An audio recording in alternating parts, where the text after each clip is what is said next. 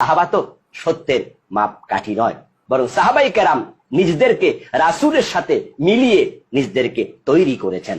এখন যদি আমরা রাসূলকেও সত্যের মাপকাঠি বলি, সাহাবাই কেরামকেও সত্যের মাপকাঠি বলি, তাহলে সত্যের মাপকাঠি তো অসংখ্য হয়ে যায়। এই সত্যের মাপকাঠি শব্দটা বেদাত শব্দ। কারণ আমাদের ইসলামে, ফিকহে, কোরআনে, হাদিসে এই মেয়ারে হক নামে কোনো শব্দ নেই। আর ইসলামের পরিভাষার বাইরে নতুন পরিভাষা বানালেই বিপদ। যে ভুল করে সে মাপকাঠি হতে পারে?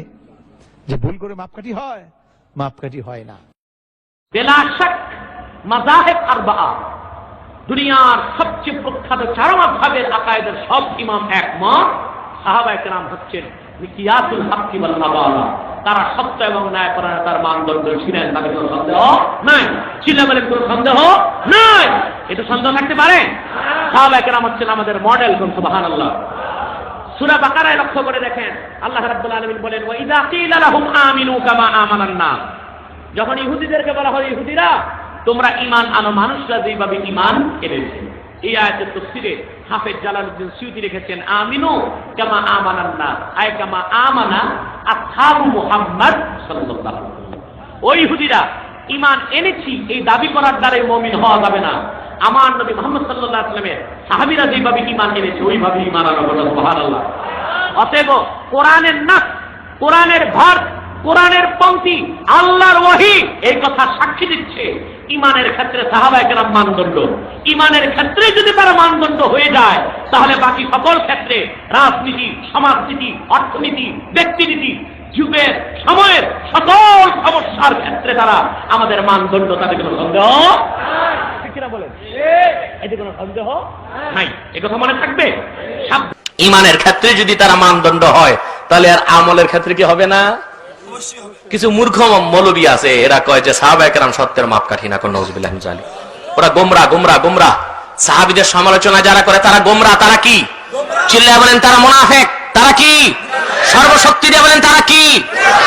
যারা বিশ্বনবীর সাহাবীদের সমালোচনা করে, নিঃসন্দেহে তারা ইহুদিদের দালাল ছাড়া কিচ্ছু হইতে পারে না।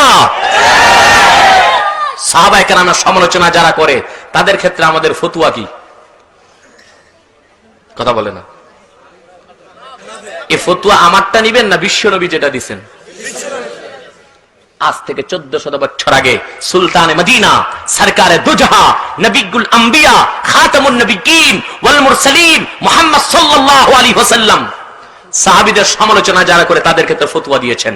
কিতাবুশ শিফা বিতারিফি হুকুকিল মুস্তাফা সাল্লাল্লাহু আলাইহি ওয়াসাল্লাম সিরাতের কিতাবে স্পষ্ট মতনটা আমি উল্লেখ করে দিচ্ছি। বিশ্বনবী ইরশাদ করেছেন, লা তাসুব্বু আসহাবি ফাইন্নাহু সায়াজিউ কওমুন ফি আখিরিজ জামান ইয়াসুব্বুনা আসহাবি ফালা তুসাল্লু আলাইহিম ওয়ালা তুসাল্লু মাআহুম ওয়ালা তুনাকিহুহুম ওয়ালা তুজালিসুহুম ওয়া ইন মারিদু ফালা তাউদুহুম। হুজুর পাক সাল্লাল্লাহু আলাইহি ওয়াসাল্লাম ইরশাদ করেছেন, আমার সাহাবীদেরকে গালি দিও না। সাব্বা ইয়াসুব্বু সাব্বুন, সিবাব থেকে শুধু গালি অর্থ আসে না। গালিও দেওয়া যাবে না, সমালোচনাও করা যাবে না, বিরুদ্ধ কথা বলা যাবে না। শাতামে ইয়াশতিমু শাতমুন থেকে লা তাশতিমু যদি আসতো হাদিসে, তাহলে তার খাস অর্থ হয়তো গালি দেওয়া যাবে না। কিন্তু এসছে লা তাসুব্বু, গালিও দেওয়া যাবে না, সমালোচনাও করা যাবে না, বিরুদ্ধে কথাও বলা যাবে না। ফাইন্নাহু সায়াজিউ কওমুন ফি আখিরিজ জামান। হুজুর পাক সাল্লাল্লাহু আলাইহি ওয়াসাল্লাম 1400 বছর আগে হুঁশিয়ার করে দিয়েছেন যে আখিরি জমানায় একটা দল বের হবে। কি বের হবে? এখানে ফাইন্নাহু সায়াজিউ কওমুন, আকওয়াম বলেন নাই হুজুর পাক সাল্লাল্লাহু আলাইহি ওয়াসাল্লাম, কওমুন বলেছেন, মানে একটা দল। কয়টা দল? জোরে বলেন। ইয়াসুব্বুনা আসহাবি, যে দলটি, যেই দলের লোকেরা, যেই দলের বক্তারা, যে দলের মৌলবীরা টেলিভিশনে বসে বসে, পত্রিকায় বসে বসে, মাঠে মাঠে ঘুরে ঘুরে আমার সাহাবীদের সমালোচনা করবে।